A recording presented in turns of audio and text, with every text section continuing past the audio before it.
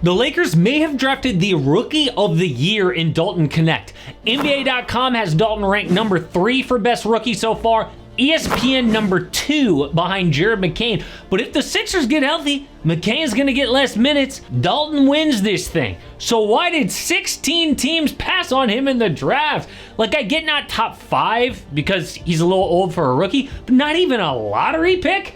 Well, it turns out there is a specific reason they passed on him, and it doesn't look great for Dalton's future. Now, if you listen to LeBron, he knew about Knecht already. And yeah, LeBron lies a little bit, but he's got receipts. Listen to him last season and at the Olympics. We watched that Purdue-Tennessee game because of Zach Edey and Knecht. Dalton, besides Bronny, was my favorite player in college basketball. I watched Tennessee a lot. I did not think he was going to fall to us. I thought it would be impossible. I have no idea how that happened. Yeah, we know why. But the Lakers have been looking for a player like this forever. So far, Dalton has taken 5 threes a game in just 23 minutes, hitting 45%. Surround LeBron and AD with shooting. Duh. But turns out it's tough. In this era alone, they have tried KCP and Danny Green, which worked. But remember, Troy Daniels, Wes Matthews, Ben McLemore, Wayne Ellington, Trevor Ariza, Kent Bazemore, Malik Beasley, and Patrick Beverley, all way below what Dalton Knecht has been.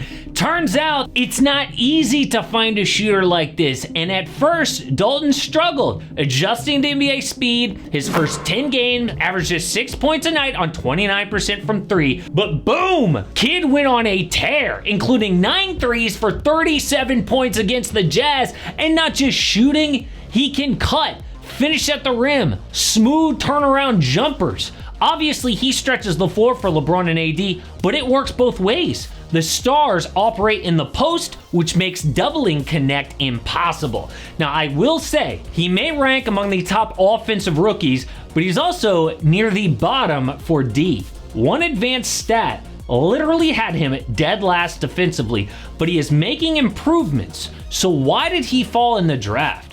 But NBA season is rainy season where I live, but thank goodness for my Vessi Stormburst shoes, because my son wants to play outside literally every single day, but I can say yes, no problem. I can step in a puddle and it's all good. I know my socks are gonna stay dry because of my Stormburst high tops, and right out of the box, they felt comfortable and look good. They fit snug, which I like, and yeah, they don't look like your typical waterproof shoe, but they've got all the benefits that I'm looking for. It's about versatility. I'm the kind of guy who doesn't want to have like 30 different pairs of shoes. And with Vessi, I can wear them in the crazy weather, but they still look good if I just want to chill. It's usually either or, but not with the Stormburst. A real game changer, because as my kid gets older, I want to say yes to him to going to play outside, even though the weather is changing, without hesitation, and Vessi makes that possible. But the best part, Vessi is offering select styles right now for under $100. The sale is live right now through November 21st, just $99 before they're gone. Plus, discover Stormburst and other cold weather styles at Vessi.com/AMHoops and enjoy 15% off your first purchase automatically at checkout. Well, Dalton was a late bloomer in high school, just 5'8" as a sophomore, grew to 6'1" as a senior. I mean, look at this photo. Does that scream future NBA player to you? If I saw this kid in a high school gym, I would think no shot at college, which was true. 0 D1 offers, so Dalton went to JUCO at Northeastern Junior College. But there he grew another 5 inches in 2 years to 6'6". So he transferred to Northern Colorado, which is a D1 school, but with one NBA player ever, dude named Mike Higgins from the 80s. So the team was stacked with upperclassmen. Dalton only scored 8 points a game, but broke out his senior year to 20 a night. Now, if that's where his story ended, his NBA dream is over. But thanks to COVID, he got 1 extra year of eligibility, 1 more shot for the league. Schools like Colorado, Oregon, and Indiana gave him offers, but Dalton chose Tennessee because the coach Rick Barnes mentored his favorite player of all time, Kevin Durant. Dalton's scoring got better despite a jump in competition. He won SEC Player of the Year at 22 points a game. The Vols made the Elite Eight, and despite a loss to Purdue, Knecht dropped 37. So entering the draft, he was ranked inside the top 10 by The Ringer, The Athletic, ESPN. Everyone thought he was a no-doubt lottery pick, except the NBA. 6 teams told the Ringer the problem wasn't his character or his medicals, it was his age. Brian Windhorst explained it like this: scouts are skeptical about a 3-year college player, turned off by almost all 4-year college players, and usually slam the notebook at the mere idea of drafting a 5-year college player like Knecht. Teams draft on upside. 23-year-olds and upsides don't go together, which sounds close-minded and old school, but the stats on this are scary for the future of Dalton Knecht. So far this century, only one 23-year-old draftee has made the All-Star team: Josh Howard, who Dallas got 29th in 03. But what about 22-year-olds? There have been 10 first-round picks drafted at 22 or older who have made an All-Star team. Mostly, you see role players who fell off, with the exceptions of Pascal Siakam and Joakim Noah. But they had a weird path. Like, Pascal didn't start playing until he was 17 years old in Cameroon.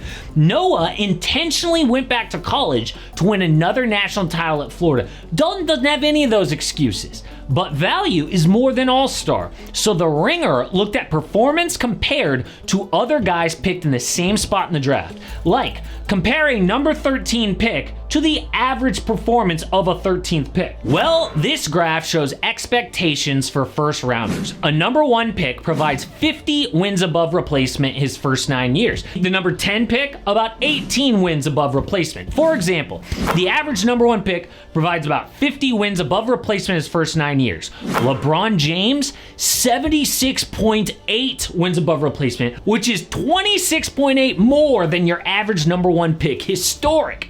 But a guy like Blake Griffin, drafted number 1 in 08, 32.1, which is minus 17.9 compared to your average number 1. Not good, but wait till you see this.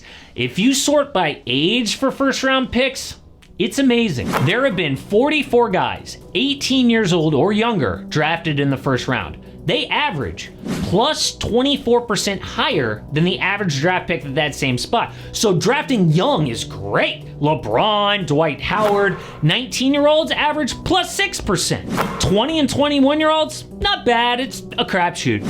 But 22-year-old plus, minus 26% compared to the average. That's bad, but nothing compared to 23. Now, there have only been 8 drafted since 2000, but the returns are negative 73%. It is death to draft someone Dalton Knecht's age, no matter how good they were. So I could see NBA teams watching him in college and being like, yeah, he's good, but not for the NBA. A perfect example was Chris Duarte. He was the 13th pick at 24 years old. That can't be good, except in his first game, dude dropped 27 points and 6 threes, which was a Pacers record for a rookie debut. An instant two-way player, averaged double figures his first 9 games. Also had a steal in 10 of his first 11. And that streak had him in early talks for Rookie of the Year. But his second season got lost in the shuffle with new additions to the team, traded to the Kings where he averaged 4 points and 2 boards, then dealt to the Bulls where his career is basically over. Duarte started strong, but fell off, never to be seen again. That is the trajectory for these older rookies. They play well at first, but that's basically their ceiling. Like the Raptors, for example, look dumb for passing on Jaime Jaquez for Grady Dick last year, but now Dick, obviously the better long-term player. Now, I do not want to act like that is it for Dalton Knecht. He could be the exception. I mean, he could prove all of these stats wrong, and I hope he does. But after looking at all this data, I now fully understand why 16 teams passed on him in the draft. But one rookie who's playing really well is Rob Dillingham from the Minnesota Timberwolves. He is actually one of the few bright spots for them right now because so far, trading away Karl Anthony Towns don't look too smart.